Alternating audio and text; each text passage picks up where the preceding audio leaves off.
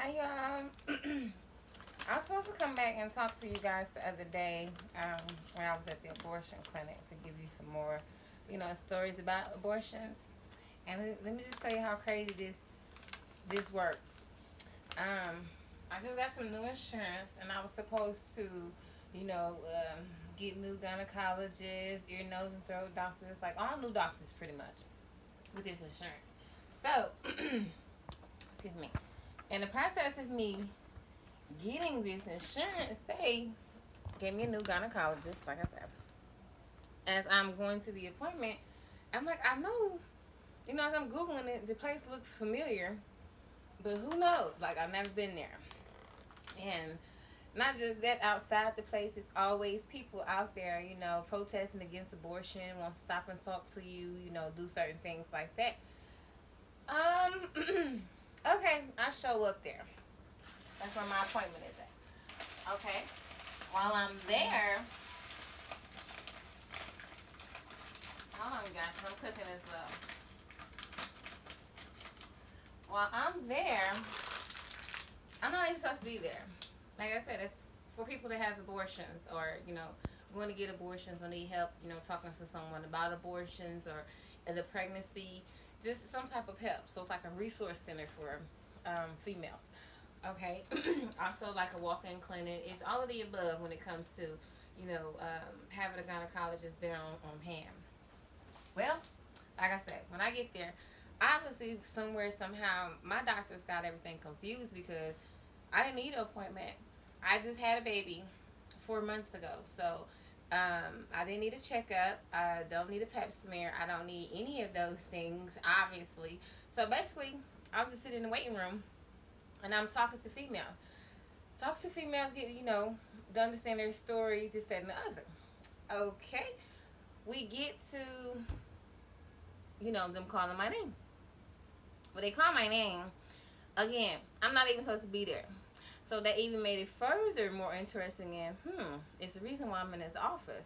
So let's not waste it while I'm here. Let's just get, more females talking, more females open, what I'm saying, get to understand what they need and, if there's anything I can help them with, as well as, hey, I might need some help. Like their story.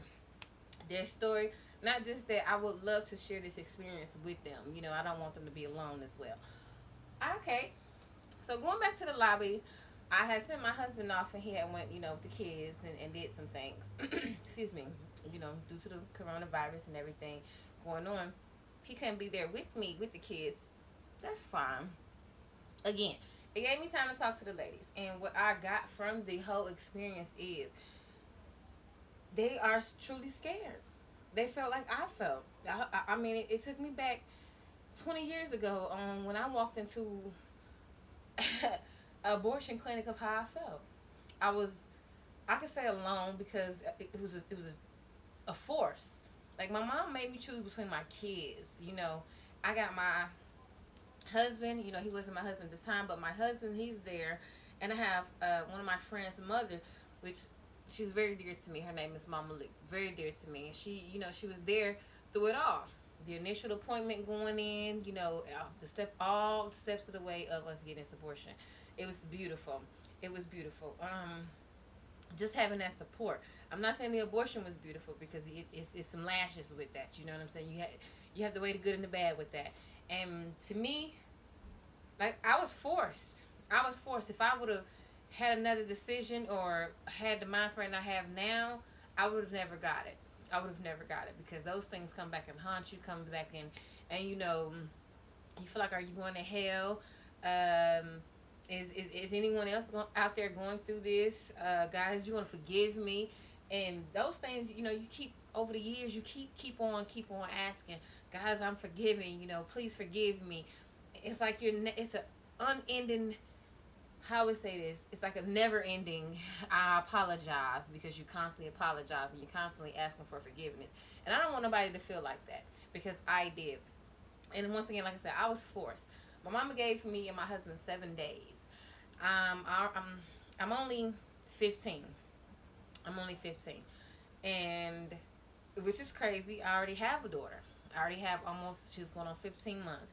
When I met my husband, she was 3 months.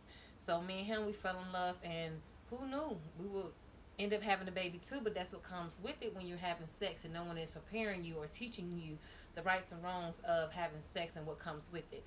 If you're out there experimenting and doing things like that, whatever, things happen. Okay, we decided. I'm say we decided. We found out we were pregnant. We was trying to hide it. We really didn't know what to do. We really didn't know what to do. You know, the experience I had with my first daughter, you know, being 13 with her, it was a lot of things going on with that. So telling my family that I'm pregnant again was like, what? Uh, I didn't think they was buying it. I didn't think they was buying it. So I wanted to hide this as well. I felt like if I could hide my first pregnancy for 6 months, I can hide this baby for 6 months too, and I'm forced to have this baby. I didn't know there was a time limit on getting an abortion either. You have so long, or this, at least this is what the doctor was telling me. Like once you hear the baby's heartbeat, you're not supposed to get an abortion. At this time, I don't think my mom, she cared. She cared. I was 3 months pregnant. My baby had a heartbeat. My baby had a heartbeat. Like I say, she gave me 7 days. 7 days to make my mind up what I wanted to do. By the grace of God, I had the lady mama leave there. She's like another mom. Okay. She decided to allow me and my husband to go to her house and think this through these 7 days to figure it out. If we wanted to keep our child, if we wanted to, you know, stay there with her. I didn't know what to do. I'm trying to please my mom, but I love my husband at the same time. I love my kids. But I'm trying to please my mom at the same time. So I'm all over the place. I'm going from different areas. I don't know. But one thing I do know, that 15-month-old child, I birthed her. I have, you know, smell her. I've bathed her. I see her smile. You know, I got accustomed to my 15-month-old. Dealing with that, it's a very hard decision. Like, I'm not trying to choose between no kids. I just know I smell my baby. I see my baby. Okay, well, my mom wanted to take that away from me as well. She decided on the 7th day, she calls me and she say, hey, what are you doing? It's kind of odd that she's saying this, you know. I don't care what my mom was doing. She was always on the phone, always. I didn't care what it was, okay? She could be cooking on the phone. She could be shitting. She's on the phone. Whatever it is, she's always on this phone. But that particular day, she just said, what are you doing? I said, I'm sitting here thinking. And she was like, well, did you make up your mind? Is you going to keep the baby? Or what? I'm like, yeah, I'm going to keep my kids. These are my kids. She said, hold on a second. I'm going to call you right back. That was kind of odd to me, but it was like, whatever, because it's been 7 days. I ain't really been in her face. I ain't really gave two shits about what she's talking about because, again, the last time I talked to her, she's saying choose between your kids. Anyways, I heard a knock at the door. Who is it? It's my mom. It's my mom. When they open up the door, she's ramshacking the house, taking all my 15-month-old stuff out the house. Oh, you give a fuck about that nigga more than you love me. You care more about him and all of this. Fuck you. You stay here. I'm taking your baby. You ain't got to worry about nothing. I was all types of bitches, hoes, this, that, and the other. All of that. She took my baby. She took my baby. So now I'm stuck. I'm pregnant. I'm very emotional about this. You know what I'm saying? You just took my child from me. And in the state of Detroit, in the state of Michigan, Detroit, these people, I called the police. That didn't work. They told me I was underage. I was under 16. And anything my mother told me, I needed to do. So, which means if she told me to kill my child to get my first child back, then that's what I needed to do. That's what the officer advised me to do. I wasn't buying it. I said, whatever. They kissed my ass. Okay, when my mom took my child, I didn't see my baby for 3 days. 3 days, and I'm going crazy. Like, oh my goodness. I had this daughter I had my baby since I was 13. I don't even know what to do. I've been a parent for the past year and a half, going on 2. All I know is I gotta cook, clean, and take care of this baby. Where's my child? I get, little ears in the wind where my child was. I figured out where she was. I went there and I kidnapped my own child. When I kidnapped my own child, those people who she was with called the police on me. So when they called the police on me, as well as called my mother, the police came, my mother came, my mother showed out. She whooped my ass, beat my ass in front of the police, pregnant and all. Pregnant and all.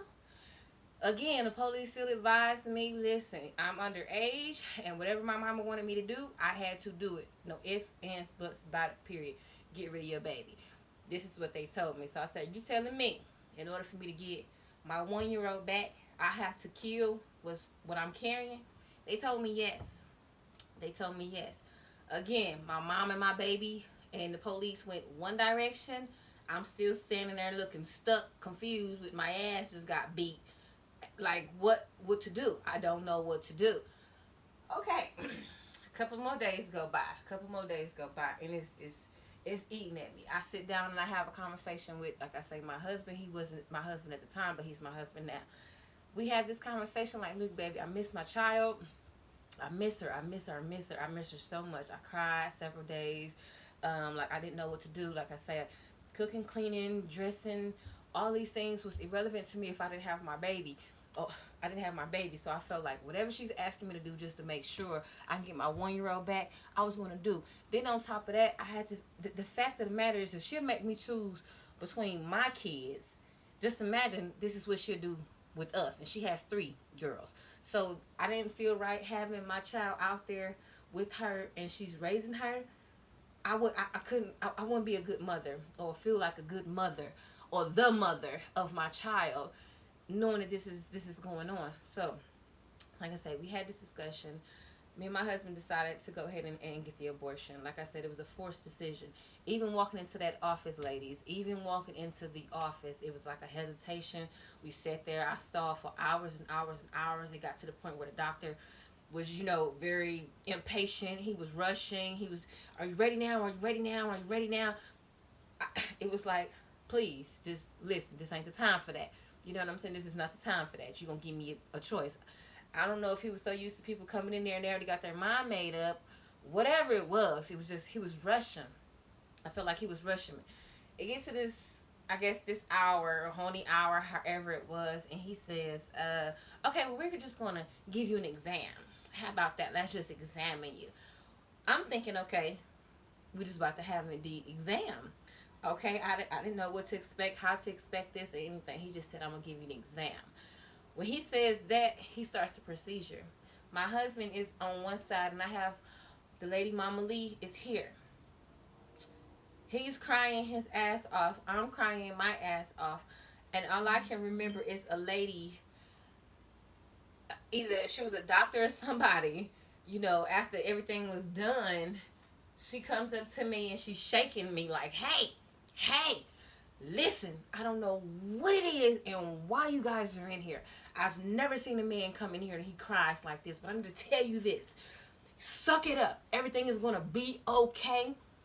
I know it's going to be okay. Y'all going to have that baby again. Don't you worry. Don't you worry. Everything is going to be okay. Just trust me. I don't know why y'all in here. She just really kept saying that to us. And it was like, heifer, we ain't trying to hear you. We was forced to kill a child, a life. No one is thinking of what she was saying. It didn't dawn on me. Like, it didn't dawn on me what she said. It did not. I just know she just shaking the hell out of me, telling me to calm down. Is what I can remember. And the thing is we will have our baby back again. That's what I held on to. So sometimes in life, you are forced to do things you don't like. You don't like. And in the end, you don't know what will happen. You don't know. You don't know, because I look at our life now, and it's 20 years later. And those same kids my mom made us get rid of, guess what? We, together, me and my husband, we have 2. So now I have 3 girls. And just the same way as I have a 15-month-old now, well, she's 20 months now, okay? Like that 15-month-old baby, and we had that little one right here. You know what I'm saying? In that carrier. It ended up being the same way 20 years later. So no one can stop your future. No one can stop what is destined for you. This is what I'm trying to tell you, even though it took a lot to get out. Because God knows, that was an emotional state for me. I done got over a lot of things, and I'm to the point where now I'm trying to help others where they don't have to go through this and understand and listen. Before you make this decision, understand your direction. Understand your direction. That same man who, baby, I got rid of, is my husband he's my husband today. How about that? He's my husband today. Some people have these abortions with these men and trust and believe they're not thinking twice about this man 20 years later. They're not. It's like that's their force. They're forced by the man. No, I was forced by my mom because I was in love with this man. It's a difference. So I need you guys to understand too. Y'all not alone. You don't have to go through this alone. I'm here. I'm here. And if nothing else, and if you don't get nothing else from this message, please understand, God loves you. And he do not want you to go through this. Period. He don't. He wants the best for you. He never said suffer. He never said go through the heartaches and pains. He never said that. He said all your days supposed to be happy. Look, now my phone. Excuse me.